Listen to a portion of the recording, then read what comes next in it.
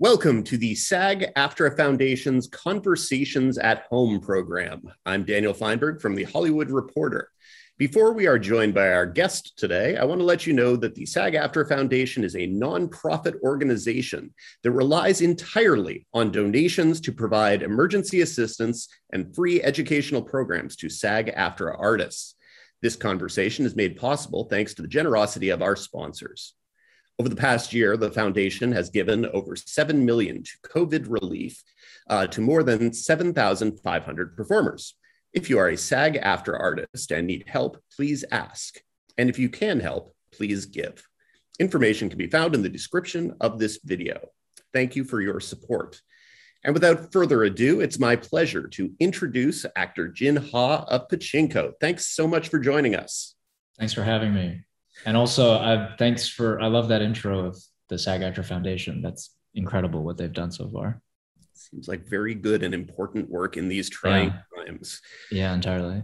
So you were born in Seoul, but you largely grew up in the United States. And in this series, you're playing a character who has to speak English, Korean, and Japanese. And I also understand several different versions of Korean, not just one. How did you use your personal background to sell yourself to the PACHINKO team? What was the audition process like, right? The 5-month audition process. Truly it was, I feel like it's been such a whirlwind of a trip from, the first self-tape round to then booking the job and then suddenly being flown, to Korea a couple of weeks later to start shooting.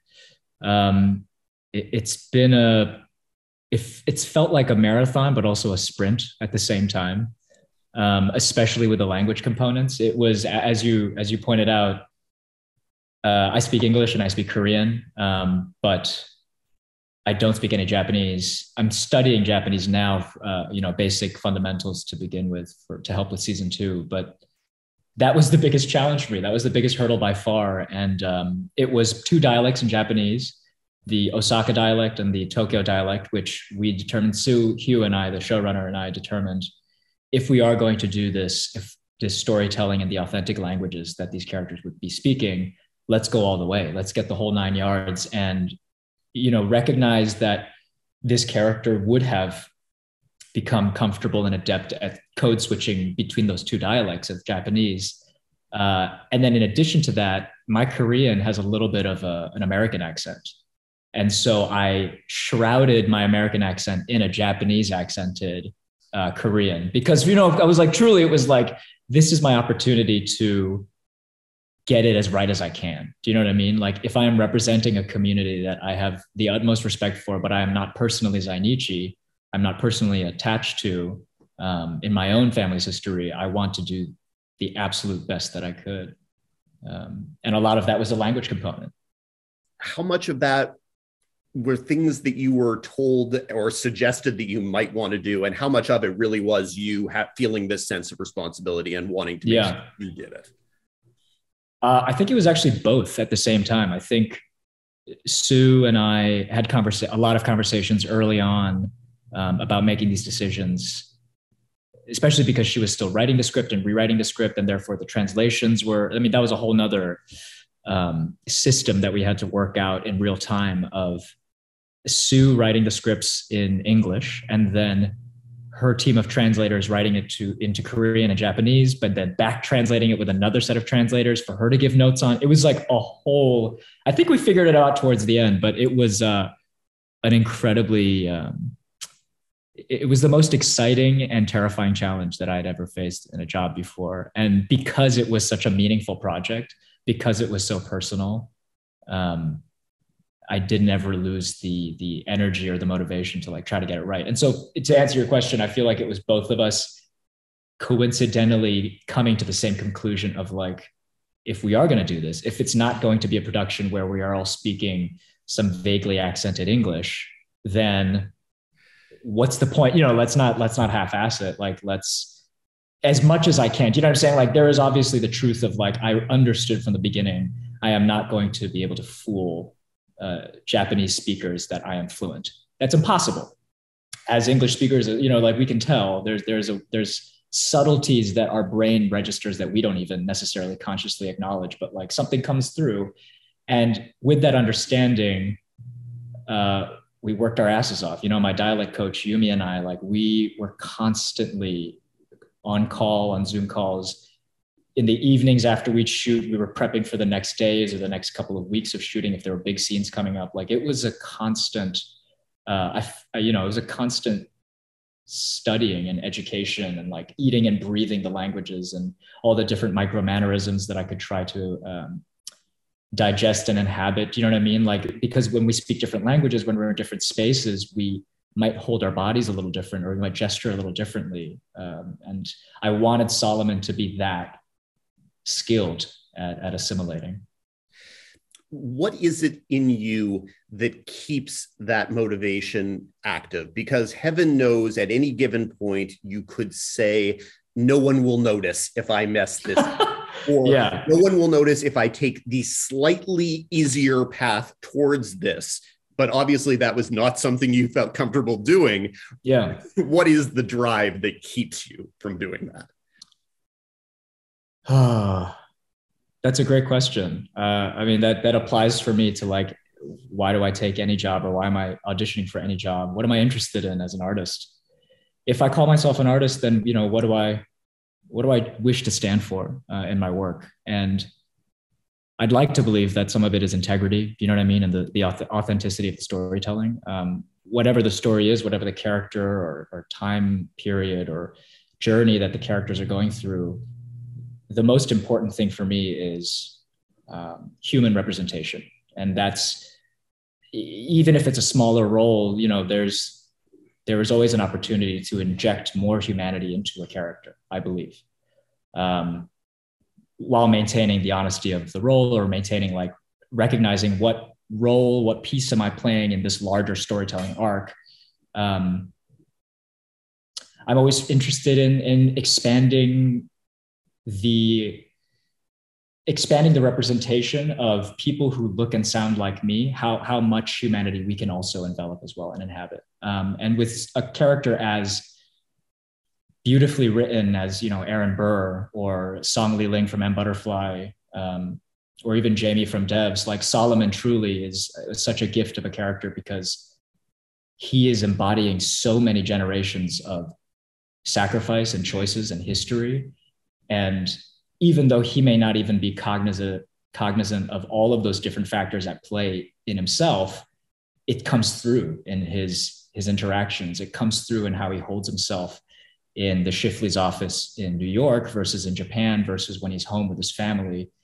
I'd like to believe that there are differences subtle enough that if we can get it right, to the point that a Zainichi audience member watching it can recognize some of their own experiences, or a little bit of, you know, maybe their grandmother or their father or their mother in a scene that we've worked on, or in our performances or in our language work or costumes or anything. If we can evoke any sense of self-recognition, then I believe that our goal has been achieved. This show, for me, the main thrust of it is lifting, highlighting, and honoring the Zainichi Korean community and their very recent history of strife and turmoil and also survival and resilience. And I share an adjacent history with the Zainichi community. A lot of my family members spoke Japanese growing up. They lived through the colonial era in Korea. My dad worked with a Zainichi, a Korean businessman, when I was growing up. And it's because I've never seen this story told in Western media before. Like Pachinko, Min Jin Lee's book was the first time I was like, oh my God, this book was written in English for an audience member like me. And yet it's about Korean people. And it felt so deeply, I felt so deeply seen that I knew that I've had the responsibility to carry forth the amount of dedication and work that Min Jin Lee put into her book and her research. We needed to match that for our adaptation. Because it's not the majority of the audiences. You're right. The majority of the audiences don't speak Japanese, won't recognize the two different dialects, won't recognize that I have an American accent when I speak Korean. But I don't necessarily like, yes, I'm concerned about that audience, obviously, because that's the majority of us, but like with this story, because it's so personal and because we haven't seen it before, how many more opportunities will we have to share this part of world history? It felt like, and also for me at the time when we were shooting, we didn't know if we would have a season 2. Do you know what I mean? It was the hopeful. We felt very confident with our work and everything, starting from the script to the cast and the directors and the designers. We all felt very excited about this project and personally invested. But, you know, I think it's a similar choice as to why Sue elected to have the interviews with these Zainichi women at the very end of episode 8 is because who knows? If we don't have a season 2, we'd at least want to have these women heard in their own words. And even those interviews were like done in the middle of the pandemic in their homes. Like we were hoping to do that in a soundstage, but even to have had those conversations and then to have included that in our show for me is like, for me personally, I know I'm speaking in sentence fragments, but I just mean like that final moment, those interviews at the end of episode 8 for me is the thesis of our entire season, is the thesis of our entire show. It's these women's experiences who are a dozen of tens of thousands, hundreds of thousands, actually millions during the colonial era. But everything that we have seen and we have presented to the audiences up until that point is one mere example of each of these women's experiences. And that was the hope that we had, I think, with bringing it back to the reality of like, who are we talking about here? Who are the people that we are trying to represent and honor in this show? These women. Yeah.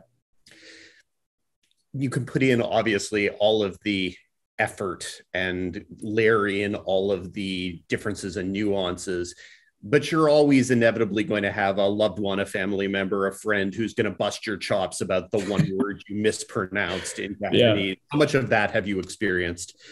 Very little. I've been very moved with how many people have responded positively to, the show in general. And, you know, I've had some incredible conversations with my dad because he speaks Japanese. And this is the first show where my dad is able to understand the entirety of the show, not dependent on subtitles, because he speaks Japanese. He's fluent in Japanese and Korean, and he speaks enough English to understand the few times there is English in the show. But for me, that was incredibly special of like, wow, I worked on something that my dad can understand as a viewer. It's almost like the show was made for an audience member like him. Do you know what I'm saying? It was targeting that demographic, and I had never worked on something that felt so personal in that way. What was your question though? I feel like I didn't answer your question. Yeah. No, the question was just if you had bratty friends or loved ones who like busting your chops about things that I'm sure, you know, the one word that you didn't get the accent exactly right on. But if you nailed it, you know. No, I can't claim that I've nailed it, but people have been very positive in their responses and their feedback. There's obviously, now I'm already focused on like season 2 and like, it needs to be better. You know, I need to, as much work as we put in with season 1, we need to match, if not surpass, like that amount of technical detail and specificity. I did hear though from Sue, she was saying some people she was speaking to pointed out in a scene with the landlady and my grandmother YJ, when we're at the landlady's home and we're sharing the meal together. At one point, YJ, or Sanjay, I should say, Sanjay asked Solomon to take a taste of the rice. And I believe on set, we had decided, because there's a cultural difference in Japan and Korea, where in Japan, it is customary and acceptable to eat rice out of the bowl with chopsticks. In Korea, it is more customary to use spoons. And, I think it relates to in the funeral rites ceremony, or like honoring our dead. You have a bowl of rice in addition to the feast that's set out. And if you stick chopsticks into the middle of the bowl of rice, that means it's for the dead to enjoy. And so when we're eating at home growing up, I was taught to never stick my chopsticks in my bowl of rice. And so in that moment on set, I remember us choosing, I was like, I understand that Solomon is in the presence of two Zainichi Korean women. They've asked him to eat try the rice, would he grab the spoon and switch to the Korean custom, or would he stick with what he's used to? And just because he's already eating some of the panchan, could he just use his chopsticks to grab the rice? And I think I believe we ended up choosing the chopsticks. It felt more of like, I'm not even thinking about it. Oh, they asked me to try the rice. I'm just going to try some. But apparently that was something that a Zainichi person had noted and was like, I think that's sort of, I don't know. I feel like he would have known to, in the presence of these Korean women, these older Korean women, I feel like he would have known to switch to the spoon. I don't think, it shows that maybe he's not as good as code switching as like we would like to believe. And I was like, all right, you're absolutely right. And we'll have to do better for season 2. Well, but that's also, hey, that's an interpretation that is entirely a character-based interpretation. I think you can just take it. Yeah, that was exactly what I meant to do. But also, but Sue brought up the good point that like, look, if that is what they have really like responded to, that means like maybe the rest of it was okay. Maybe everything else we worked on, maybe that was all right. You mentioned something very interesting about the different tonations and physicalities that accompany the languages. What did you, through this process, learn about yourself and how you're a different actor when you're acting in Japanese, in Korean, in English? Are you able to sort of sense those things that you're doing differently? Wow, that's a great question. The short answer is yes. But I think the more complicated answer would be yes, but I don't think I'm conscious of it.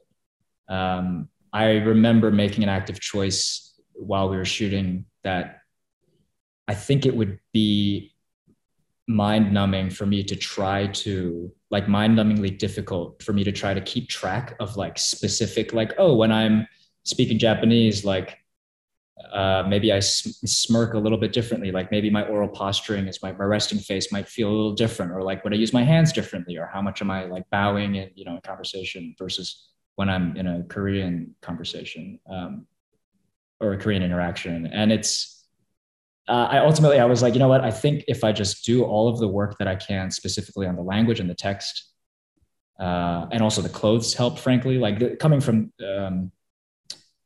I guess it's not just theater, but for some reason I thought of like coming from theater where like truly the first time we have a fitting and I try on an outfit, I get so much information from all of the choices and the work that all the designers have made separately, from our own work. And when we finally get to connect and like literally build this character together, I get so much information from props, from set, from costumes. And so similarly, I sort of trusted that if we did the due diligence, that these subtle differences would come through, because in a technical way, from a technical standpoint, I knew that having grown up in a multilingual home, there were differences in how the languages sound. Do you know what I'm saying? Like even the way that we're communicating now and like how I'm using my hand or gesturing is specific and unique to, let's say, perhaps like American English or certain elements of it, because I've digested, from news or media, especially as an immigrant, like I learned English from what I consumed around me or on TV or in films and stage. And so it's sort of versus like if I'm speaking in Japanese, like, and you are an older person, like there's a different way that I would sit or carry myself. And that's a cultural thing that I feel grateful for having a reference point to from having grown up Korean, because there's a lot more similarity, I would say, between Japanese and Korean culture than there are American and Japanese culture. Obviously, there's like distinctions and there are unique traits in each country, but it helped me a lot to have that background. It also helped me a lot to have the experience of being an immigrant, of being someone who has to straddle these multiple cultures and languages and parts of myself. And I feel like all of those elements, trusting that like the story's within me. Do you know what I mean? Like, how did I know to do that? I don't think I quite knew, but I knew that some of my experiences resonated with Solomon's and vice versa. And it brought me back to something that one of my grad school teachers had told me. I forget who I mentioned this sometime recently too, but the adage was, you are enough, right? And as an actor, like that's one of the hardest things for us to really believe in. And it's something that I saw in YJ's work. It's something that I was so lucky to be in the presence of master craftspeople. And something that really stuck with me was, right, if I am enough and my own experiences are enough. And if I trust that, and if I try to be as honest as I can whenever I'm on set and I'm listening to my scene partners, hopefully that'll come through and show this sort of palette, the diverse palette that makes up Solomon's full three-dimensional character. Even though he may be very different interacting with his grandmother versus his childhood Japanese friend versus his white American boss in Shifley's. Like, even though they might feel different on each scene, on each day, I was trusting that the truthfulness that hopefully I was conveying through my work would serve as the through line for, and it's all still one person. This one person does actually encapsulate all of these different types of personas and masks because he's had to in order to survive, especially in finance, in New York City in the 80s too. So is that also to some degree the answer for how you avoid getting bogged down in the technicality of the language? Because I can imagine that could become the entirety of your preparation, is making sure I say these things correctly. Yeah. Where do you find the room to act in addition to that? Yeah, exactly.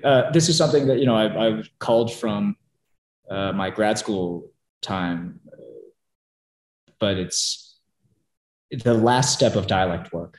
This was a step further because it's language work and then dialect work on top of that. But the last step is always, and then let everything go. It's always the final step in, yes, you've gotten everything technically correct. You are pronouncing everything accurately. But as we know, when we speak a language fluently, we're pronouncing maybe half of the consonants. You know what I mean? Like there are sort of vocal garbage that we throw in the middle of a sentence. There's pacing. There's, thinking extemporaneously, speaking extemporaneously. Like there's a whole other rhythm to, it's fascinating. I mean, truly, I felt like it was like I was in grad school for linguistics for like 7 months. That's what it felt like. And thankfully I have a really strong interest in languages. So I was like, oh, this is fascinating. Yeah. This might be a silly comparison, but you've done, as you mentioned earlier, you mentioned Aaron Burr, and you've done several long runs in Hamilton in the past handful of years. Are there process similarities in making sure that you have the rhythms and cadences and semantics of Lin's words, and then you can worry about the acting process? Is it a somewhat similar process? It's similar in that both for Hamilton, doing Burr and Hamilton and Solomon and Pachinko, it demands a deeply thorough mastery of the text and of the language. And that's the basis. That's the ground level that we start at. And then we work on, great, what's your arc within, this song? Or if it's Hamilton, like, where do you start in this number? Where do you end? What's the objective here? Like, what is he trying to communicate? What is he working through on stage in front of the audience in this song?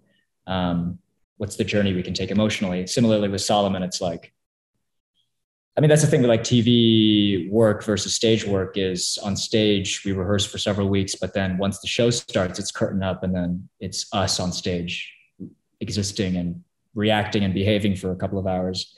Whereas on screen work, we prepare sort of individually, maybe together if there's certain relationships that need to be fleshed out more off screen. But ultimately we're constantly in a state of trying to figure it out, because as soon as we work on something, we were like, okay, great. We're never going to touch that again. We're moving on to the next thing. And we have to try to figure this out in, however many hours. And the process feels incredibly individual at first and separate and isolated, but then we arrive on set and suddenly we have to depend on each other entirely, wholly. And that sort of homework that is required for both, I would say, are the same.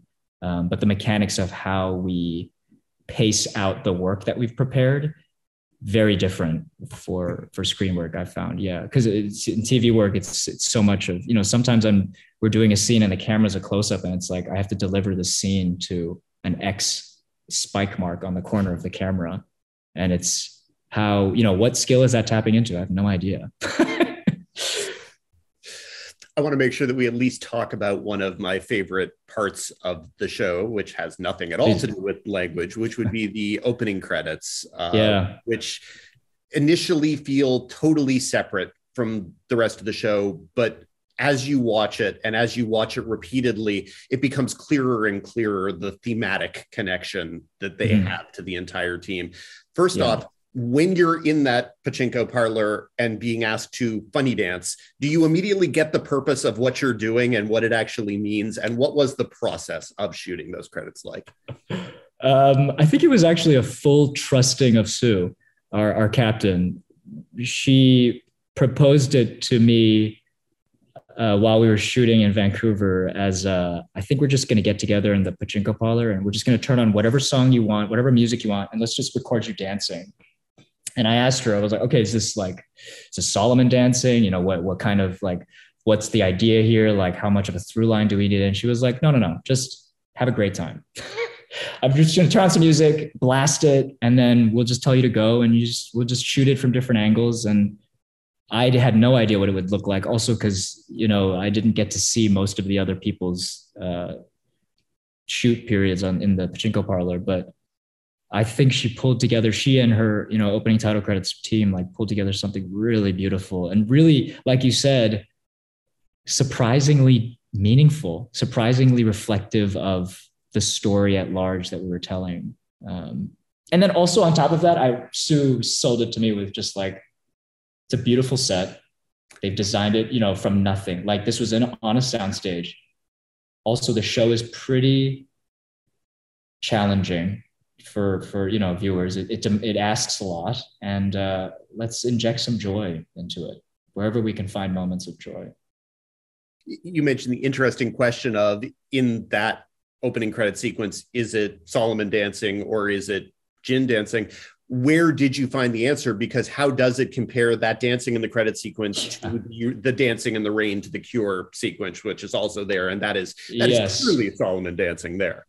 Yeah, I actually, it was entirely me dancing in the credits, because I asked that and I forgot to answer my own question, but Sue said, oh no, don't worry about that. Just dance.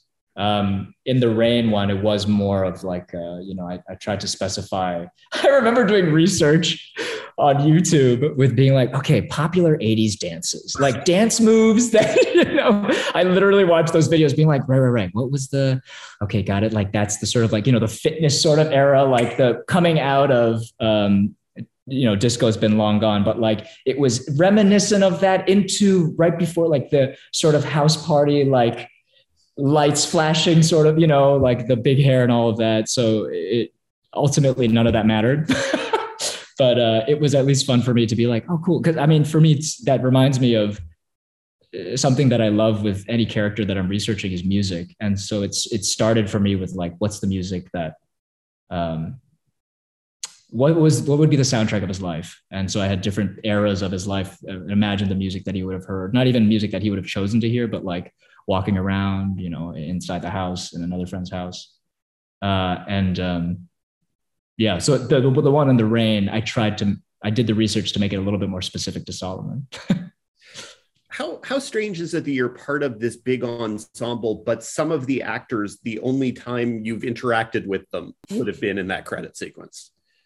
Yeah. Oh, well, actually, it was mostly dinners at Sue's apartment. It was off camera. Yeah, because we'd never had an interaction really on set. And we were both, there were two units, Justin and Koganada's units shooting at the same time. And so often we would, the older timeline and the 1989 timeline would be shooting simultaneously in different locations.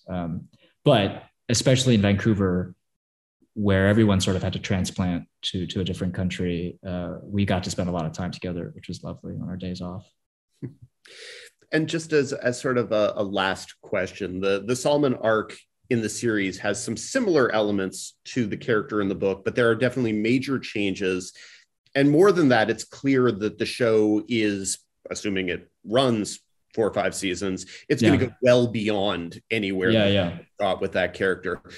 What are you particularly interested in learning or experiencing about this character that, you know, the book only gets to start, but you get to continue? In the book, Solomon, we see Solomon towards the end coming to a place of acceptance of his father's pachinko parlor business. And if I'm remembering correctly, he goes to his father and said, I would like to learn. I'm going to stay in Japan and I'd like to learn from you how to run a pachinko parlor. Like, I believe it's a sort of redemption of like, I'm not embarrassed by this. I'm owning up to it. I'm proud of it. I'd like to be a part of this legacy. That's probably one of the bigger differences from the departures that we have in our show. But in a similar theme, I think I'm really curious to see where Solomon goes on his journey of self-discovery following his own sabotaging of the deal. That moment has always been, I never quite understood it. I understood it from an outside space, but when Sue would ask me, or if anybody would ask me, you know, like, why do you think he screwed that deal up? Why do you think he told her at the last minute after he worked so hard? Why do you think he threw the deal? And I don't think I have an answer for it. I just know that he did. And that was I feel like a lot of things with Solomon, actually, like sometimes I didn't try to understand it because I couldn't. But the information that I received from, a slight digression, like in the first scene, you see him when he's negotiating with his 2 bosses back in New York. The fact that he is able to come up with that deal last minute, but then have the points to sell it and convince his bosses to take a chance on him and send him out to Tokyo. Who on earth can think that quickly and think that, you know, be that witty and so off the cuff, just have the best lines to say. And at the final line being, and I would like all this in writing. Nobody can really come up with that. But the truth is, Solomon did. That's who he has been written as. And that is his truth. And so for me, it was like working backwards of like, okay, if this is the type of person that can do that, what else is he capable of? How else can he maneuver and like hang around spaces? So that even more enigmatically, the fact that that same person told her not to sign the deal at the very last minute is infinitely fascinating. And for me, as an actor, but also as an audience member, it's like, what's he going to do? It's unpredictable. It's completely unexpected, and even for him. And I think we see him sort of grappling with that fallout in the rest of season 1. And I know that it will only continue with that sort of like that inner turmoil that he's struggling with, that we see towards the end. I think it'll continue to, the floor will continue to fall out from under him, I believe. Excellent. The first season of Pachinko is now on Apple TV Plus. On behalf of the SAG-AFTRA Foundation, I want to thank you for sharing your experiences, process, and craft with your fellow performers. Thank you.